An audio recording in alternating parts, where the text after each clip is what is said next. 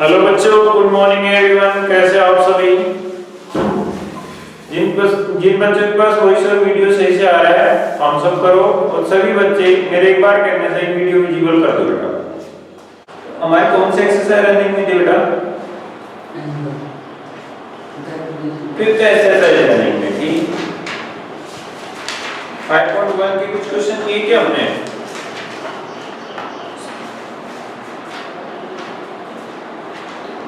Last topic था आपका linear pair. अब लिख लो बेटे वर्टिकली अपोजिट एंगल। उसी लाइन में अगला एंगल कौन सा है? Vertically opposite angle.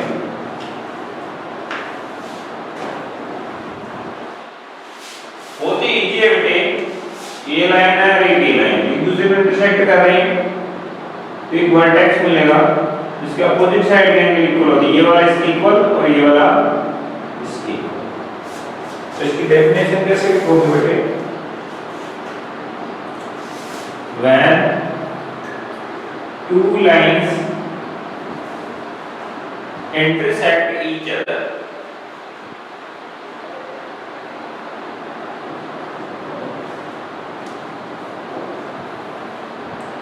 then the pairs of angles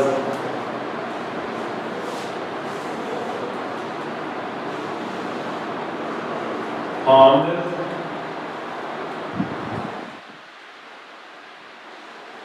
without any common arc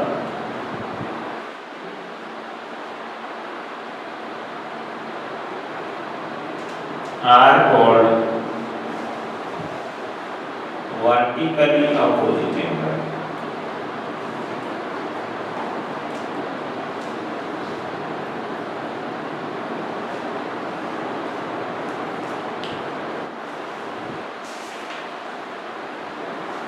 थोड़ी लंबी है लेकिन इजी डेफिनेशन है। वैल्यू ऑफ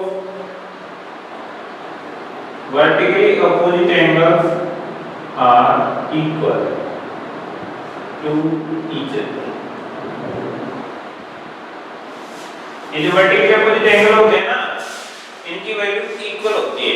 मैंने अभी बताया ये वाला एंगल इसके इक्वल आएगा और ये वाला इसके इक्वल। ये दोनों कैसे हैं? vertically opposite angle। ये भी क्या है? vertically opposite angle, VOA। vertically O से opposite A से एंगल। V मतलब वर्टिकली, O मतलब अपोजिट, A मतलब एंगल। तो मैं शॉर्टकट में VOA लिखूंगा, आप समझ जाना। समझ गए? डेफिनेशन को समझो।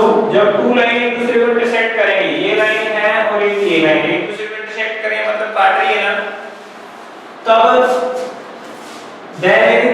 the pair of angles formed with any without लिखना है, आपने विद नहीं लिखना,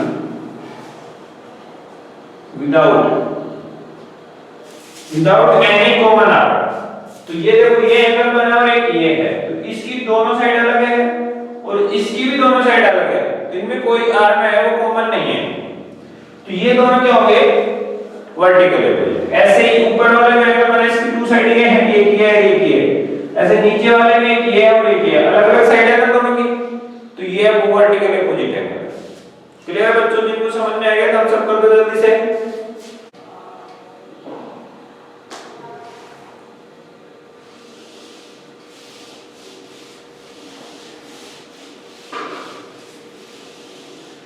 एक्सरसाइज 5.1 देखो।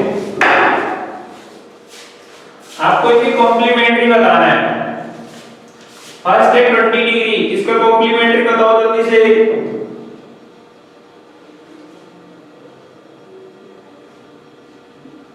जल्दी बताओ बेटा। फिर है 63, कॉम्प्लीमेंट्री बताओ इसका।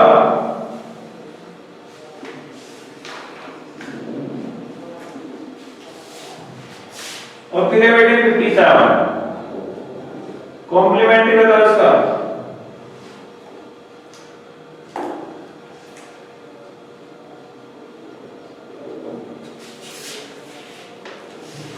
कमेंट करके बताओ बेटा 70 वेरी गुड आंसर।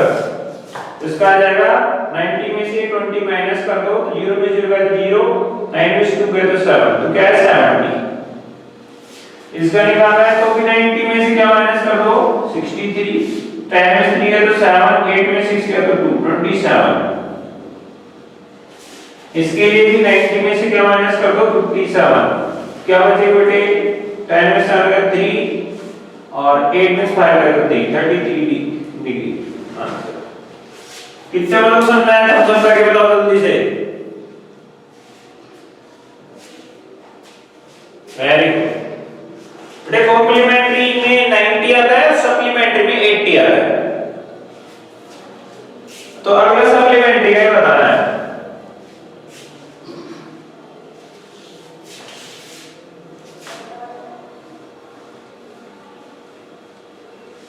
तो एंगल खुद बना लेना तो मैं अपने को बढ़ा देता हूं ये 100 डिग्री है इसकी जगह क्या लिखना है सप्लीमेंट्री और 100 डिग्री जल्दी बताओ।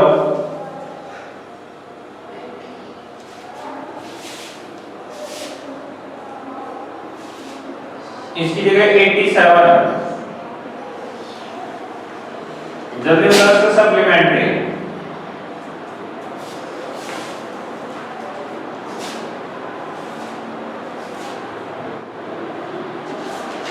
और एक बेटे 154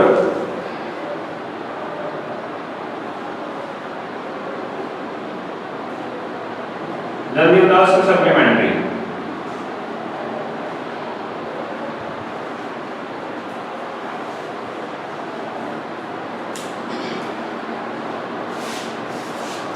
आंसर कमेंट करो बेटा 100 का तो 80 आ जाएगा वेरी गुड।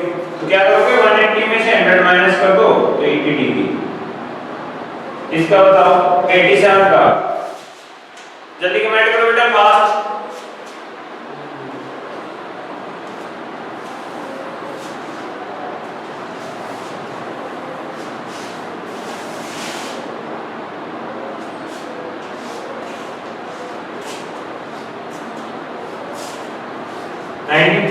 Very good. इसमें करोगे 180 में से कितना माइनस करोगे 87 तो आ जाएगा 93। अब इसका बताओ 180 में से कितना माइनस करोगे 154 कितना आएगा बेटा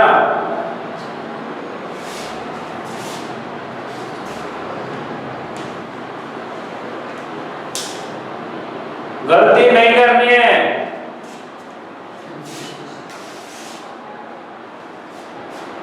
कितने लोग समझ में एक बार थम्स अप करके दो थम्स अप करके बेटा जिनको समझ में आएगा ये नोट करो जल्दी।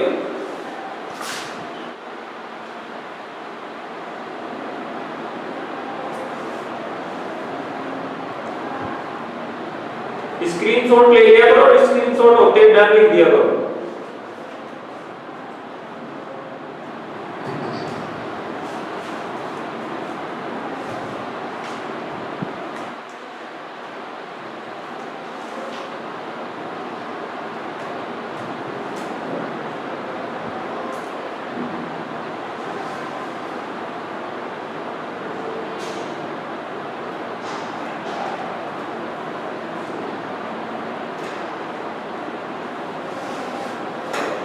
चलिए बेटा नेक्स्ट क्वेश्चन करते हैं।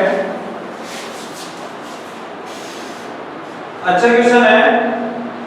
अब आपको इसमें से वो चेक करना है कौन सी करेक्ट है और कौन से नहीं है।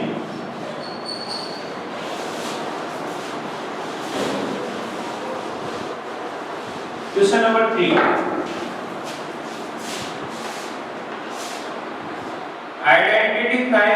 आइडेंटिफाई which are complementary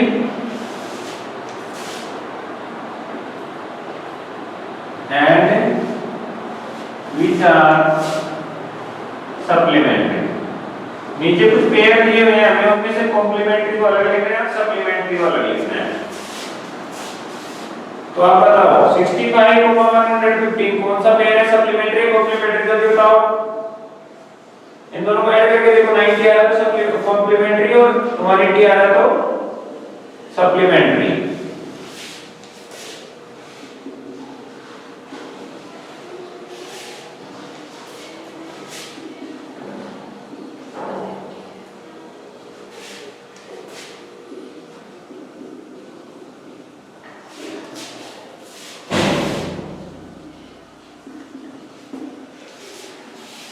तो फर्स्ट वाला 65 प्लस 115 कितना आ रहा है? 180 आ रहा है, तो क्या है?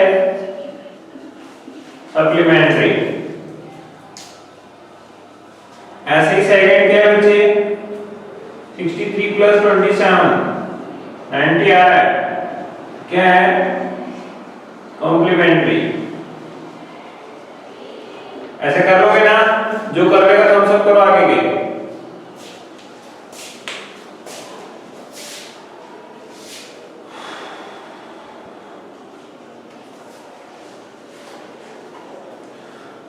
जिनका हो गया थम्स अप कर दो जल्दी से।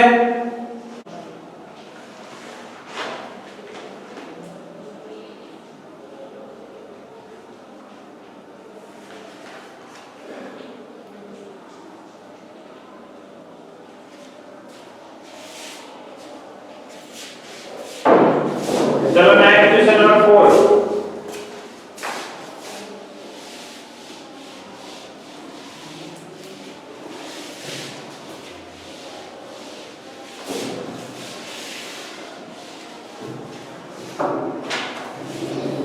Find angle which is equal to its complementary.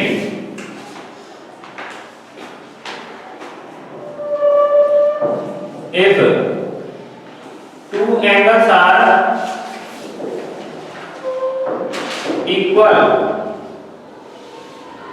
and complement,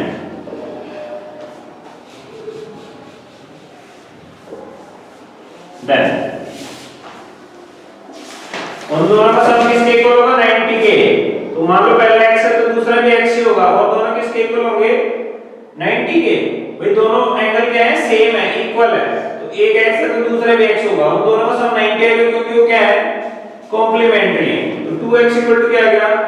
90। तो x की वैल्यू कितनी है? 90 में 2 पर डिवाइड करो, तो x की वैल्यू 45 डिग्री। तो आप लिख दोगे therefore each complement is equal to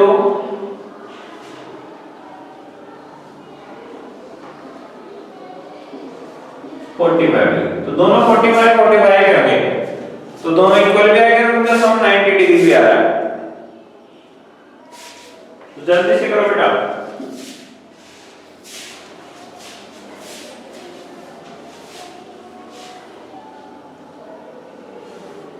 ऐसे ही सप्लीमेंट का बताना है, इक्वल एंड यहां पे सिर्फ क्या लिखना है? सप्लीमेंट्री। नेक्स्ट वाला फिफ्थ वाले के लिए ऐसे लिखना है, टू एंगल्स आर देन ये करना है, सिर्फ इसकी जगह 180 लिखना है, यहाँ पे 180, तो यहाँ पे 180 में 2 पर डिवाइड होगे तो 90 डिग्री आ जाएगा। तो इसकी वैल्यू कितनी आएगी? तो यहाँ पे कितना आ जाएगा? 90। ये फिफ्थ वाले के लिए करवा दिया मैंने, जल्दी से नोट कर लो। चलो ठीक है बेटा, नेक्स्ट क्वेश्चन करते हैं, क्वेश्चन नंबर 6।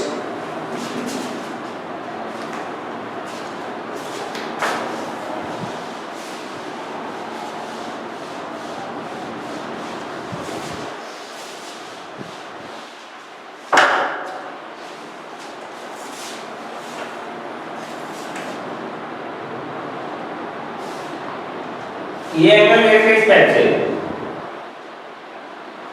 इधर 1 है और इधर 2 है।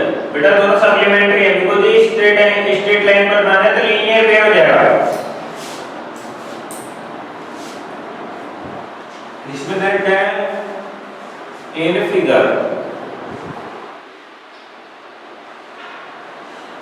एंगल 1 एंड एंगल 2 आर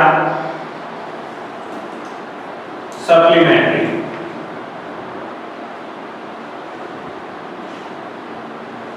ठीक है, if 1 degree what chance to take place in second that both angles still remain supplementary? यहाँ पर लिखना if angle 1 degree then angle 2 will increase in same value.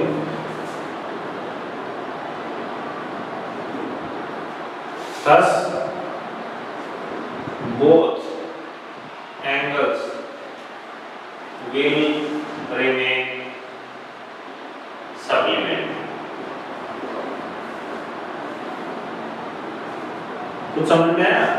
ये कह रहा है एंगल 1 को कम करें, मतलब इस लाइन को ऊपर उठाएं। मान लो मैंने इसको ऐसे कर लिया, थोड़ा ऐसे कर लिया, तो ये तो कम हो गया, लेकिन ये वाला एंगल बढ़ गया ना उसी वैल्यू में। जैसे 30 डिग्री कम हुआ तो इधर वाले में 30 डिग्री ऐड हो जाएगा। बात समझ में आ रही ना? तो मान लो ये कितना था, 150 था, ये 30 डिग्री है। मैंने इसको 30 ऐसे किया तो ये हो गया 120 और ये हो गया 60। देखो पहले भी सम 180 आ रहा था दोनों को, और अभी भी सम कितना आ रहा है, 180 आ रहा है कि नहीं? तो कहने का मतलब जब कोई एंगल लीनियर पेयर है वो सप्लीमेंट्री होगी, क्योंकि उनका सम 180 होगा। तो सप्लीमेंट्री एंगल्स के रूल होता है कि जब एक को आप कम करते हो तो दूसरे वाला उसी वैल्यू में बढ़ जाता है। जैसे यहाँ पे देखो मैंने इसको 30 कम किया 150 को, तो इस 30 में 30 ऐड होकर 60 हो गया, मतलब ये 30 बढ़ गया। तो यहाँ पे ये पूछा था उसने कि अगर 1 और 2 यहाँ पर सप्लीमेंट्री हैं, तो अगर 1 को आप डिक्रीज करेंगे यानी कम करेंगे, तो क्या 2 के साथ क्या होगा?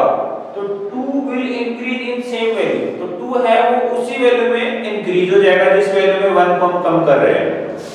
तो फिर क्या होगा?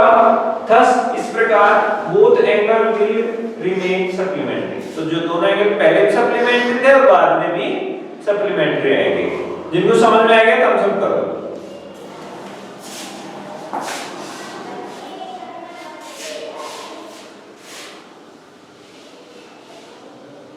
ठीक है बेटा?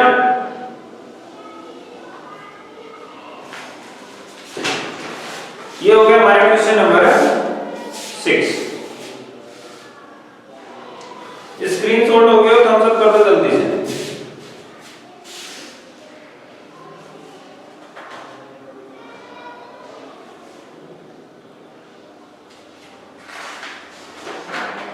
हाइपोटेनस कंप्लीट हो गया बेटा हमारा।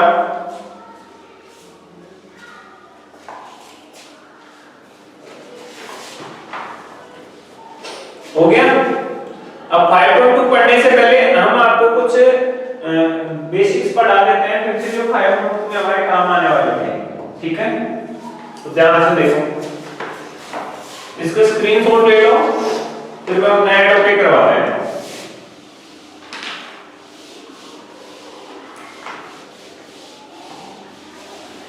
बेटा अब तक हमने एंगल के टाइप पढ़े थे, अब कुछ लाइनों के टाइप पढ़ेंगे, उसके बाद वापस उन लाइनों से रिलेटेड कुछ और एंगल लाइनों के बारे में हम पढ़ेंगे। ठीक है, तो आज पढ़ेंगे टाइप्स ऑफ लाइंस। तो इसमें आप कौन कौन सी लाइन पढ़ चुके हो मुझे बता सकते हो?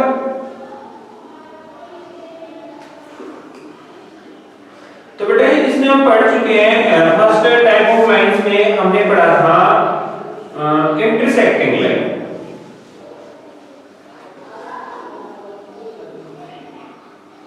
हालांकि हमने स्ट्रेट लाइन भी पढ़ी थी, बट वो इधर काम नहीं आई। दूसरा पढ़ा था हमने पैरेलल लाइन, और तीसरा पढ़ा था बेटे हमने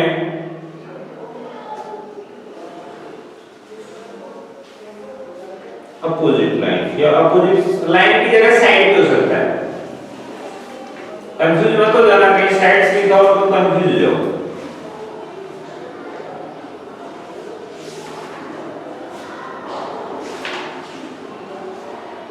आज हम नया टॉपिक पढ़ेंगे, इसमें हम पढ़ेंगे ट्रांसवर्सल लाइन।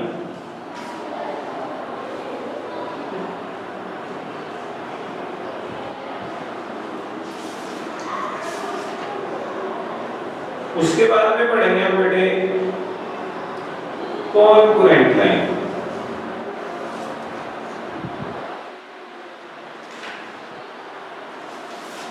ध्यान से देखना, ये नई 2 ऐड हुई है हमारे सेलेक्ट। इंटरसेक्टिंग में क्या होगा, एक 2 lines meets to each other at a point and divides into 2 parts to each other। क्या हो बेटे, जब 2 लाइन एक दूसरे को कट करेगी और एक दूसरे को 2 पार्ट में डिवाइड कर देंगी, मानो इसका एक हिस्सा इधर है और एक हिस्सा इधर है, ऐसे इसका एक पार्ट इधर है एक पार्ट इधर है। ये 2 लाइन है वो एक दूसरे को इस पॉइंट पर मीट कर रही है और एक दूसरे को 2 पार्ट्स में डिवाइड कर रही है, तो इनको हम क्या कहेंगे, इंटरसेक्टिंग लाइंस। क्लियर है बच्चों? फिर डायग्राम बना लेना इसके सामने। पैरेलल लाइन में क्या होगी, if 2 lines never meets to each other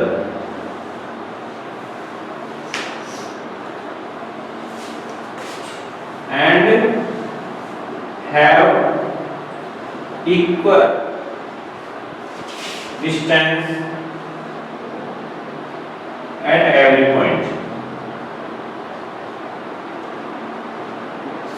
क्या मतलब हुआ, जैसे ये लाइन है देखिए जाती है, मान लो कहीं पर भी नहीं मिलेगी बिकॉज़ इनके बीच में मान लो 3 सेंटीमीटर का गैप है, तो ये 3 सेंटीमीटर हमेशा ही रहेगा, ये एक दूसरे के पास आएंगे नहीं, इनके बीच की डिस्टेंस सेम रहेगी सभी जगह। क्लियर है? यहाँ पे भी 3 है, यहाँ पे 3, पूरी जहां पर भी आप जाओगे किसी भी पॉइंट पर चेक कर लेना, इनके बीच की जो डिस्टेंस है वो इक्वल रहेगी हमेशा, जो पहले थी उतनी ही बात तक रहेगी। तो कहने का मतलब ये कहीं पर मिलेगी नहीं। मान लो 2 रोड जा रहे हैं या पटरी जा रही है रेल की, तो रेल की पटरी है वो आपस में मिलती थोड़ी ना, सीधे चलती ही जाते हैं, जहां तक जाएंगे अलग अलग ही रहेंगे दोनों, और उनके बीच में जो गैप रहेगा वो भी सेम रहेगा। समझ गए ना? तो ऐसे ही लाइंस में होता है, साइड्स में होता है, जब 2 साइड में जो गैप हो सेम हो हमेशा और वो एक दूसरे से कभी ना मिले, तो वो क्या होता है, पैरेलल लाइंस। इसके सामने सेकंड वाले के सामने ये डायग्राम बनाने का, ये क्या है, इंटरसेक्टिंग, ये क्या है, पैरेलल। अब बताऊंगा बेटे मैं आपको अपोजिट लाइन, ये पैरेलल का एक पार्ट है। अपोजिट का मतलब एक दूसरे के आमने सामने, इसलिए मैं इसको नहीं करवा रहा हूं, सीधे आप याद रखना अपोजिट लाइंस कहां हैं, एक दूसरे के सामने, ऐसे भी हो सकती हैं, ऐसे भी हो सकती हैं और ऐसे भी हो सकती हैं, ऐसे भी हो सकती है तिरछी भी। अपोजिट का मतलब होता है in front of each other, एक दूसरे के आमने सामने। अब इंपॉर्टेंट जो टॉपिक है हमारा वो है ट्रांसवर्सल लाइन। यहां पे आप देख रहे हो बेटा, ये लाइन एक ही लाइन को कट कर रही है ना, लेकिन अगर एक ही लाइन एक से ज्यादा लाइनों को कट कर दे, जैसे ये वाली लाइन आ रही है एल, ये ए को, बी को और सी को तीनों को कट कर रही है कि नहीं, कट कर रही है ना, ऐसे काटते हुए जा रही है ना, तो इस एल लाइन को हम ट्रांसवर्सल कहेंगे। कहने का मतलब जब एक सिंगल लाइन एक से ज्यादा लाइनों को इंटरसेक्ट करते हुए पास करती है तो उसको हम क्या कहते हैं, ट्रांसवर्सल लाइन। तो इसमें लिख लो ट्रांसवर्सल लाइन में, if A line intersect two or more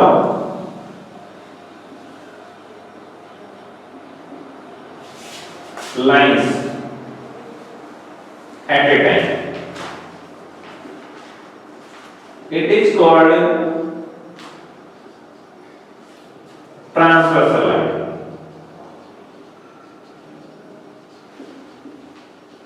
तो जो L है ना, L ये ट्रांसवर्सल है,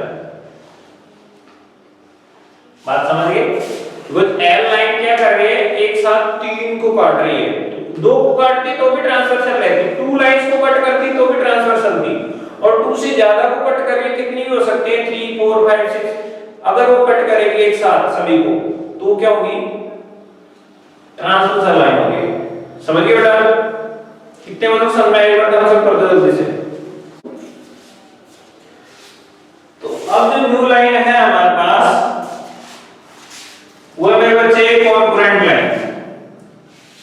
इसमें देखो, if two or more lines, if more than two lines, if more than two lines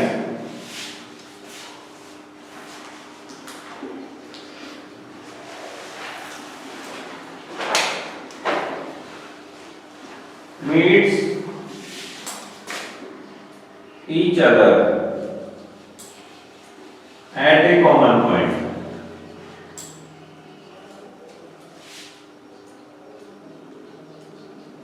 these are called concurrent lines।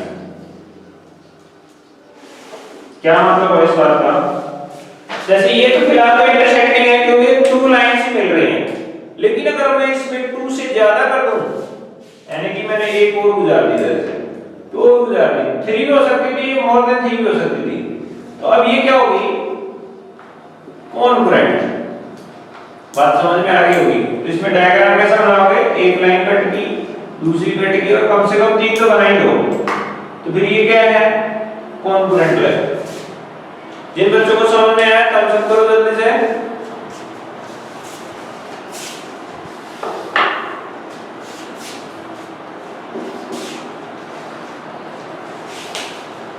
तो बेटे आज की वीडियो में इतना ही काफी है। होमवर्क में आप सभी को ये डेफिनेशन लर्न करनी है, प्लस में जो प्रीवियस चैप्टर में